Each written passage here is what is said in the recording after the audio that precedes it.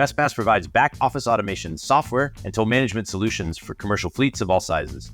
They save fleets time and money by consolidating payments and providing insight to better manage costs per vehicle.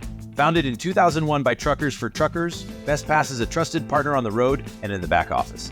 And to learn more, call 888-410-9696 or visit www.bestpass.com.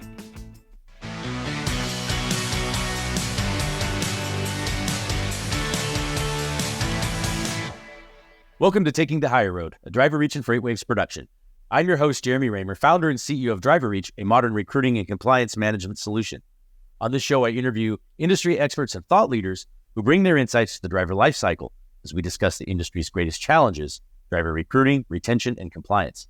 I appreciate all the positive feedback on the show. Please remember to rate and review Taking the Higher Road, whatever platform you use to listen. This week, I'm thrilled to finally have on the show a great friend and experienced industry leader, the Executive Director of Safety and HR at Garrison, Tracy Rushing. So glad to have you on the show, Tracy. Thank you, Jeremy. Well, now, full disclosure for those in the audience, Garrison is also a DriverReach customer. So in addition to talking about you, your career in trucking, what makes Garrison a unique and attractive destination carrier, I also want to unpack some of the results you've seen from your partnership with DriverReach. I hope that's not putting you on the spot. Sounds great to me. All right. Now, lastly, I will want to make sure that we make some time for a question from a listener during our deeper dive segment. So let's go ahead and dive in. Who is Tracy Rushing? Maybe you can share with our listeners a bit more about you and your journey in the industry and how it led to your current role as Executive Director of Safety and HR at Garrison. Sure. So I've been trucking a day or two since 1996. I was born and raised in the chicken capital of the world over in Forest, Mississippi. We have a bunch of kill plants in that area. So went home, married the first boy I ever held hands with in kindergarten, and started working in transportation. So we started in 96 at Central Industries in Forest, Mississippi, figuring daily timesheets for drivers and weighing trucks, and moved into their HR department shortly thereafter. And moved over to the kill side, to the live haul division, learned more about driver recruiting, driver payroll, driver logs at the time. Went from timesheets to logs, was a big learning experience for me way back in the day. And then was picked up by a reefer carrier there in Forest, Phoenix Transportation. We were successful there, growing the fleet from about 80 trucks to, I think we had 208 trucks when they transitioned over to the cattle hauling side. And met our chief risk officer during that time when I was at Phoenix, and have worked with him now for almost 20 years in the industry, moving from carrier to carrier with our risk team. So I've been at Garrison for almost a year and a half now, and it's the best trucking decision I've ever made. Well, that's encouraging to hear. You're about to say the best decision you've ever made, but you had to preface it with trucking decision because, as you said, you married the first boy you ever held hands with. That's really cool. I did. That's an awesome story. And Forest, Mississippi, Central Mississippi, didn't realize that was the chicken capital of the world. We have the Broiler Festival every year where you actually can be crowned the broiler king or queen. So rightly named. So now Garrison has been in business since I think 1959, I think. So, which is obviously an impressive legacy. What do you think has been the key to the company's longevity and success in the trucking industry? I honestly believe it's that they understand legacy. They understand the driver's role in keeping America moving. They make every decision by putting their drivers first. I know that, that's kind of a coin phrase that we've heard again here lately, but it's the motto of Garrison, and they truly do weigh every decision that they make on what impact it's going to have for their drivers and their drivers' families. And it always just makes good sense for the company as a whole when we make our decisions that way. Well, I do want to unpack that because I know that that's a core value at Garrison. Perhaps you can share some examples of how that approach, impacts the company's decision-making and overall culture. So most recently, I think the biggest decision that was made based on the drivers and keeping the drivers first was our decision to change our ELD provider to move a fleet of 800 plus trucks at the time for an ELD provider was a massive undertaking for not only our drivers, but our support staff. And I really believe that if you talk to the support staff today, they would tell you when we started vetting new ELD providers, there were a lot of support marks kind of against the vendor that we chose as the best partner for us because of the driver's ease of use, the driver's ease of understanding, the way that a driver could navigate through that to transmit logs at the roadside, the ease of use that they had to complete their DVIRs. And so support really felt like they took a hit on that. But a year and a half later, it was the right decision for the whole company. And so that's a really great example of how making sure the decision made sense for the drivers first brought support alongside of the drivers in that. Well, I think you and I both come from the same mindset. You got to make it as easy as possible for the driver. You got to provide a really good experience for the driver. That's who you work for, basically, right? And so, as the executive director of safety and HR, what are some of the primary challenges you face in recruiting and retaining drivers, and how does your team go about tackling those challenges? Because this is not, while it is softer today than it has been, it's still not easy. I don't know that it's ever been easy. You're probably approaching almost 30 years, 27 or so years. I'm 20 years in the industry, and the only time that it was, easy is still probably not the right word, but the easiest was when we had a global recession. It was really tough in 08 and 09. Other than that, it's still tough. So how are you, what are some of the challenges you're facing today from a recruiting and retention standpoint? And then how are you tackling those? So I think the biggest challenge that we face is keeping the drivers engaged. We are moving so quickly now. Luckily, not so recently with regulatory changes, but keeping up on the tech side has been a huge challenge for us. I'm sure with all carriers this size, to move that many bodies at one time, to close those gaps really quickly, close the training gaps really quickly. And I think we really kind of took a hard look and a step back about this time last year and said, it's got to start on the support side. And we really have adopted this mentality, and kudos to the Garrison staff. They picked up on this, they owned it, that there really are only two positions in the trucking company. You either drive the truck or you support the person who drives the truck. And so being able to engage the support staff in that way, having them take responsibility and ownership, which has been a little easier for Garrison, I think, because we are employee owned, and making those decisions from that side on the support side, having the support staff buy in and really take ownership of it, and being able to work with each driver on the technical issues one-on-one, side by side, understanding it from the cab, what makes sense for the driver first. That's been our biggest challenge, is kind of shifting the support staff into come alongside kind of coaching. Well, you mentioned that there are two positions in the company. I don't know that I've ever heard someone say that like that. I really like it. I wrote that down.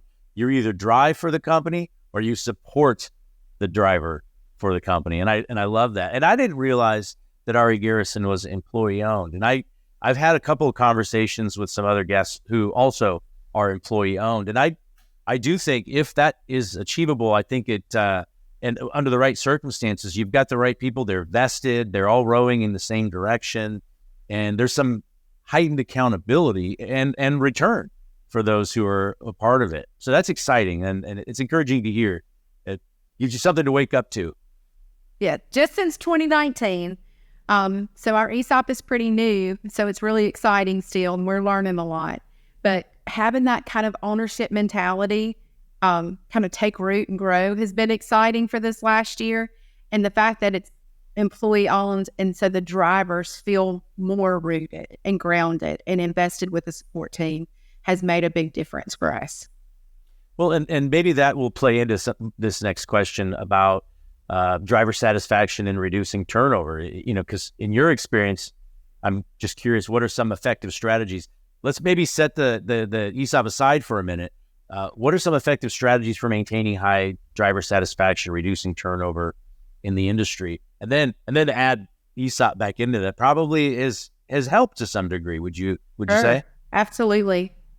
Absolutely. What are some other things that you've done and that you've kind of brought with you just from your experience?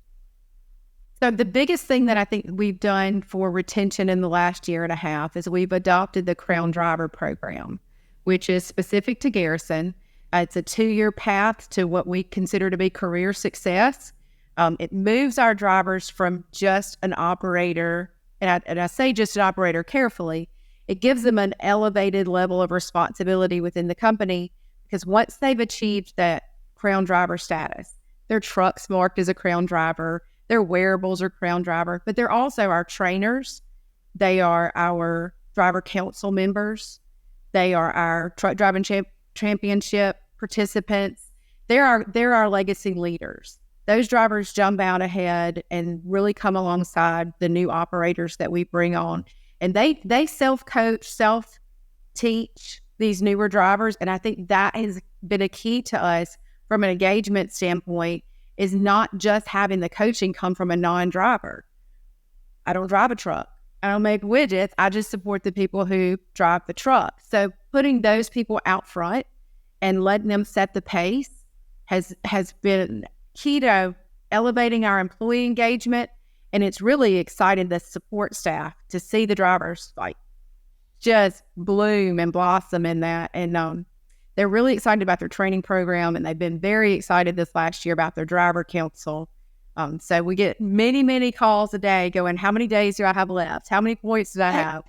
How close am I to getting my invitation to the driver council? So that kind of giving them a pathway, not only to ownership through employee stock ownership, but to a true ownership mentality of, this is going to pass or fail based on me. Every driver looking at it like that.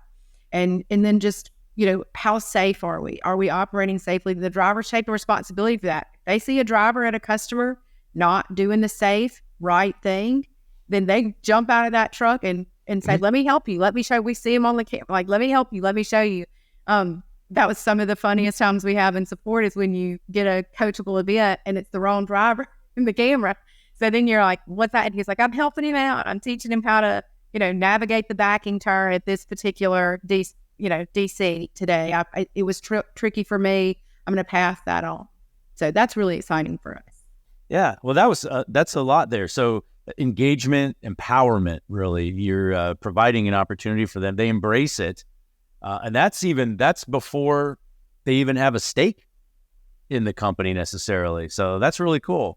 And I hopefully for those who are listening, I think taking some good notes, because I think there's a lot of useful information there and ways that they can create their own ambassadors, if you will, of the company. Because to your point, it's so much easier for them to embrace feedback and learning and coaching and any sort of feedback from their own, from drivers, people that they trust, they respect, they know that their intentions are pure. Certainly they don't have the same intentions. You're trying to, fill seats and keep them here. In that case, it's just they're one of their own. So I appreciate that. Now, I know that Ari Garrison believes it's the best trucking decision you'll ever make, and you're backing that up. Could you share some success stories, or do you have any testimonials from drivers or anything who have had positive experience, working for you? Sure. I think our driver referral program speaks well to that. That's the best recruiter that you ever will find in trucking, is your current drivers. And they are going out and recruiting, their brother truckers in the industry to come over to Garrison and join our team. And I think that just speaks volumes about Garrison and the support staff. Our asset management team, they're always first to the door when the drivers come in.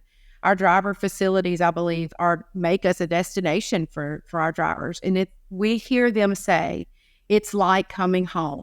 And I think that's the legacy that we want to leave, is that we're not just a workplace, but we are their home, essentially away from home. And they come here, they feel welcome. We know their names. Been a little more difficult as we've moved to the fleet model, because as we grow, it's a little tougher to call every driver by their first name. But that's kind of a KPI for us on the support team, is you've got to have that relationship. Call them by their first name. Tell them you appreciate them every time you see them. trucks looking sharp. Drivers like to talk about clean trucks. Every time you see a truck looking sharp, just talking to the drivers about driver things, putting the driver first, right down to what are you going to talk about at lunch? Is the driver first in that conversation? It just makes all the difference in the world for us. Well, you had mentioned, you called it Crown Driver, right? That's the rebranding of the driver retention team, that whole program around that. So I'm curious if, I'm certain, based on just what we've talked about so far, that has improved, just morale and, satisfaction of the drivers and so on. Are you, how am I trying to ask this question? Is that something, what was the inspiration behind that, I guess? Is that something that you had seen elsewhere, or was that something that was an epiphany? How did that come about? So it's a personal thing for me and my team. I've been in the industry for a while. And like I said, our risk team's been together for a while. And we've had this rare experience in this day and age of several of us on our team have sons who are Eagle Scouts. And so it's really kind of modeled after that, the Order of the Arrow, of just you bide the time, you do your right thing, and then they have check marks that you go all through. And I thought, that's wildly successful for our sons. How do we replicate that in the workplace? And so it is time measured. It's a 6-month block of time for every star that the driver earns. So it's not just, we want you to wander off into this abyss of great trucking and we'll notify you later. It's along the way, we're going to recognize you for the right things you're doing all along the way. Call you out. We've got a great social media team at Garrison. Drivers love that. We have a driver's lounge. They post them on social media. We have a driver store. They get driver swag. To just say, attaboy, attagirl, you're doing the right thing. You're doing your whole job the whole time. We appreciate you. And then once they have marked that off for those 24 months, they're already an employee owner by that point. So they've been with us for over a year. And it's really kind of just the beginning of moving from I'm an employee of Garrison to I'm a legacy leader at Garrison now. I'm part of the team. I'm helping make decisions. I've got an ownership mindset. And it's the same thing, we see that in the Boy Scouts. They march them right through all these time measurements and they give them accolades along the way. And then you're an Eagle Scout, but it's a huge commitment of time. Okay. And so that's kind of the qualifier for us is anybody can do it right for a minute, but can you replicate that minute over and over and over? And how do we support you in that? Because trucking, we all know back in 2008, it was tough.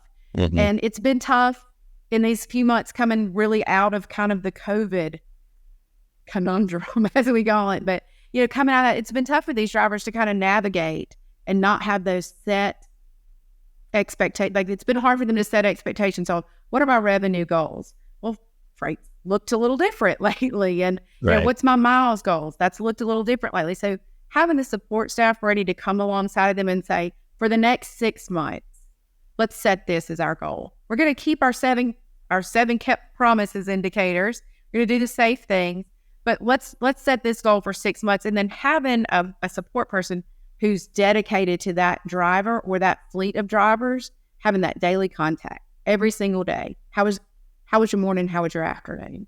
And helping them through those spans of time.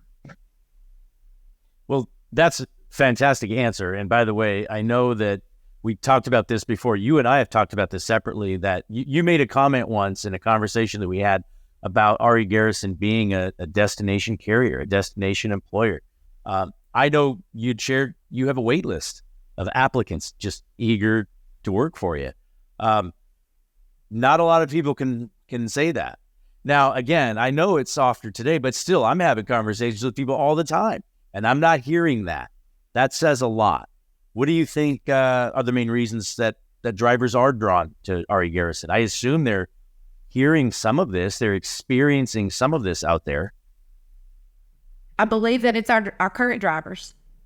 It's those drivers who have already, made the commitment to be part of the Garrison legacy. They believe in the Garrison core values. They believe that we're building our legacy one drive at a time. That's the Garrison mission. They adopt that well. I think the support staff understands that our legacy as support staff is built one drive at a time. Every successful drive by a driver, that's attributed to all of us. That's right up from the lady who sits at the window, who helps you with your tablet when you come in, right? Your settlement person, your DM, your planner, your safety person. It's all of us. If they make each drive successful, we are all successful in that drive. So just adopting that, I think, has created this. I'm real proud of us, and I think that we're a destination employer. I believe that Garrison is a destination employer. I believe that it is home for a driver. I think that our leadership team has made some really great decisions, like the ESOP, and almost 15 years ago, a driver having access to a retirement plan was unheard of. We have given them tools because of their success. We've been able to give them tools that move their families forward and move their position in society forward. And they understand that. And they sell that to the other truck drivers. And they're like, how do I get into Garrison? If you're an owner-op, it's probably a little easier if you can bring your tractor with you. Otherwise, you're going to wait, until you're qualified into a tractor that's available. So it's been really exciting these last few months. I think a lot of that's had to do with our partnership with DriverReach. We have the right tool now for our recruiting team, and that has just made a lot of difference for us on the support side. Well, and that maybe leads to the question just about technology in general. I mean, the reason for your success is because of you, right? The tools that you use are just there to enable you to and enhance that experience and the engagement that you have with the driver. And certainly that's the mindset that DriverReach comes to the party with, right? It's just provide you with the tools. We're not gonna be the ones that are gonna, put you in a position to have this long line of, drivers waiting to work for you. That's what you do. That's your reputation. That's how you, engage with drivers and build, strong culture. But certainly technology plays a significant role in the industry and more companies. And you've been an adopter of technology for a long time, but there are plenty out there. In fact, most out there have yet to embrace technology. Could you share some insights into how RE Garrison utilizes technology to enhance driver recruitment and especially maintain cost-efficient advertising? Because that's another thing, because the more money that you can save, the more you're able to do and put that towards, other effective, measures, just like we talked about with the Crown Driver program. So the key to us at Garrison is when we sit down to look at a new piece of technology or a new vendor partner, we really are laborsome more so on who the vendor is, how they're going to integrate with the other partners that we've already put in place. Integration, I think, is huge now. Having our trainers be able to focus on one or two pieces of technology for our support staff versus 6 or 7 pieces of technology to get to the same result is huge for us. We picked up something a couple of years ago on the ELT team where we heard about data silos, right? Like, we're truckers. We're not techies over here. But when you think about that, data silos, so if you need to see expiration dates, you look at this vendor partner. If you need to see past drives for a driver to help them with mileage or profitability, you have to look here. If you need to see a driver's experience, because we're very careful in how we coach our drivers. And have you been in the industry for 10 years or have you been in the industry for 2 years?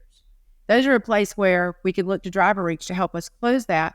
And our DriverReach, it's an applicant tracking system, right? Like, that's the reason that we chose it.